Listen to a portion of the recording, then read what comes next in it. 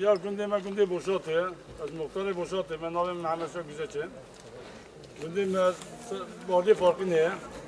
صدو شيء عفت مال دور عفت صدو عفت مال كندي ما موجودة هي 1250 نفوسها كندي ما وشبكة سيار ما صالح 8 ما أبد دقن صار ما هابين أوامتنا أبي 8 ما يجي أنا مثلا بقطع برج جيلان ما هي جيلان برج ما هي أطلع شبكة أوام ما كن برينا جيلان هاي وكندي ما أنا على عزب perişan durumda 2 kilometre yaklaşık 2 kilometre pide ki tırman abidik 2 kilometre.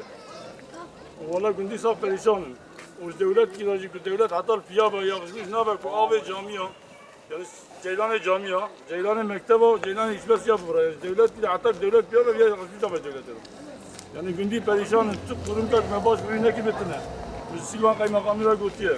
Biz Silvan işte AK Parti ilçe başkanıyla götüyor. Biz Tarım Bakanı Medya Eker'e götüyor. Biz İçişleri Bakanı Naviçi Efkan Alar'a götüyor. Biz milletvekili galiba sayıyor oraya gitti. Hacı Hasan Aslan'ım gitti. Maalesef çare ki neden? Çünkü diyabet tedaşıcı. Bölge müdürüm haber de, tamam müdürü bana haber de. Ne milyar 200 milyon avukat mesabi merdivesine. Avukata gündeme işten hem yahu demiştim.